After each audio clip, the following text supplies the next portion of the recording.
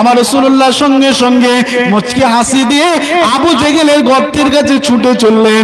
আমার রাসূলুল্লাহ মানুষ যে আমার হাবিবকে কষ্ট দিয়েছেন ক্ষণিকের জন্য আমার রাসূলুল্লাহ সেই কষ্টের কথা মনে রাখতেন না। আল্লাহর হাবিব নির্দ্বিধাতে সঙ্গে সঙ্গে মানুষকে আল্লাহর হাবিব মাফ করে দিতেন। তাই মাফ করে দেওয়া এটা হচ্ছে আমার রাসূলুল্লাহ সুন্নাতের ভিতরে একটা অন্যতম সুন্নাত। একটু কি জোরে জোরে বলা যাবে না সুবহানাল্লাহ? আবার রাসূলুল্লাহ একবারের জন্য বলেননি আবু জেহেল তো আমার দুশমন, আবু জেহেল তো আল্লাহর দুশমন, ইসলামের দুশমন, আমি কেন আবু জেহেলকে গর্ত থেকে তুলবো? না না না না, একটিবারের জন্য আমার রাসূলুল্লাহ এই কথা বলেন না। আমার রাসূলুল্লাহর আদর্শটা কেমন দেখুন। আল্লাহ কেন কোরআনে বললেন ইন্নাকা লাআলা খুলুকিন আযীম, নিশ্চয় আমি আল্লাহ পাক আমার হাবিবের মধ্যে সবথেকে আলা আদর্শ দিয়েছি, সবথেকে উত্তম আদর্শের অধিকারী আমি মুহাম্মদকে করেছি। কেন আল্লাহ এই কথা বললেন? দেখুন আমার রাসূলুল্লাহর আদর্শটা কেমন। সঙ্গে সঙ্গে নির্দ্বিধায় আমার রাসূলুল্লাহ আবু জেহেল যে গর্তে পড়ে গিয়েছে আল্লাহর কাছে সেই গর্তের কাছে গিয়ে আমার রাসূলুল্লাহ বিসমিল্লাহ বলে হাত বাড়াবেন। হাত বাড়াবার পূর্বে আবু জেহেলকে বললেন যে আবু জেহেল আপনি আজকে আমাকে কেন ডেকেছেন?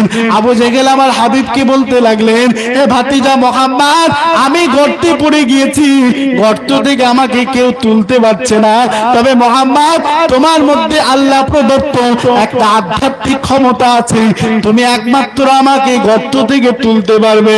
আমার রাসূলুল্লাহকে যখন আবু জেহেল এই কথা বললে আমার রাসূলুল্লাহ তখন বলতে শুরু করলেন চাচা আবু জেহেল, আমি আপনাকে অবশ্যই গর্ত থেকে তুলবো বটে, কিন্তু আমার একটা আশা, আপনাকে দ্বীনের কালেমা পড়ে ঈমান আনয়ন করতে হবে।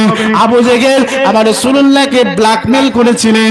অর্থাৎ সেই সময় আবু জেহেল আমার হাবিবকে বললেন মুহাম্মদ তুমি যদি আমাকে কুয়া থেকে তুলতে পারো আমি তোমার হাতে হাত দিয়ে দ্বীনের কালেমা পড়ে ঈমান আনয়ন করব।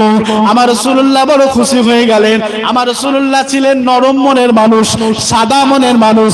আমার রাসূলুল্লাহর মনে কোনো প্যাঁচ ছিল না। আমার রাসূলুল্লাহ বাঁকা মনের মানুষ ছিলেন না। আমার রাসূলুল্লাহ সাদা সিধা মনের মানুষ ছিলেন। আমার রাসূলুল্লাহ আবু জেহেলের উপরে অন্ধ বিশ্বাস করে সঙ্গে সঙ্গে আমার রাসূলুল্লাহ বিসমিল্লাহ বলে সেই গর্তের দিকে হাত বাড়ালেন। আবু জেহেলের সাথে আমার রাসূলুল্লাহ হাতটা মিলে গেল। আমার রাসূলুল্লাহ আবু জেহেলের হাত ধরে একবারে কুয়া থেকে অর্থাৎ গর্ত থেকে উপরে উঠিয়ে নিলেন।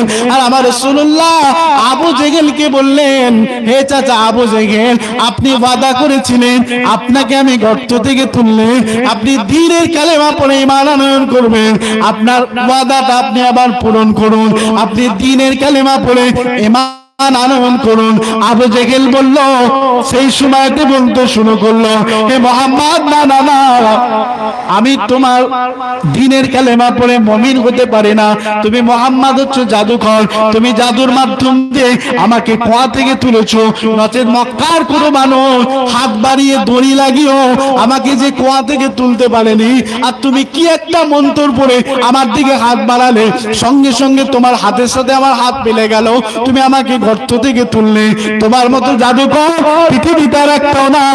আমি তোমার উপরে তোমার হাতে হাত দিয়ে তোমার আল্লাহর উপরে ঈমান আনতে পারি না। আমার রাসূলুল্লাহ আবু জেহেলের এই কথাটা শুনে বড় দুঃখ পেয়ে গেল, বড় ভারাক্রান্ত হয়ে গেল, কিংকর্ত বিমূঢ় হয়ে গেল। আমার রাসূলুল্লাহ কষ্ট নিয়ে বাড়িতে ফিরলেন। কিন্তু পরবর্তীতে আমার রাসূলুল্লাহকে আল্লাহ পাক এত বড় একটা তোহফা দান করেছিলেন, আবু জেহেলের সেই দিনের কষ্ট ভুলে গিয়ে আমার রাসূলুল্লাহ আনন্দিত হয়ে আল্লাহ পাকের শুকরিয়া আদায় করেছিলেন। একটু জোরে জোরে বলা যাবে না সুবহানাল্লাহ? আর একটু জোরে বলা যাবে না সুবহানাল্লাহ? একটু মহব্বতে বলুন আল্লাহুম্মা সাল্লি আলা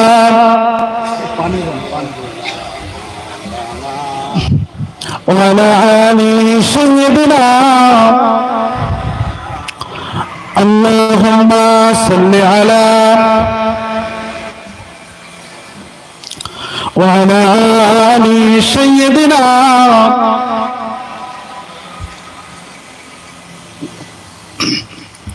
हुरो गिलमान देखे रास्ता सरकार का, रास्ता सरकार का।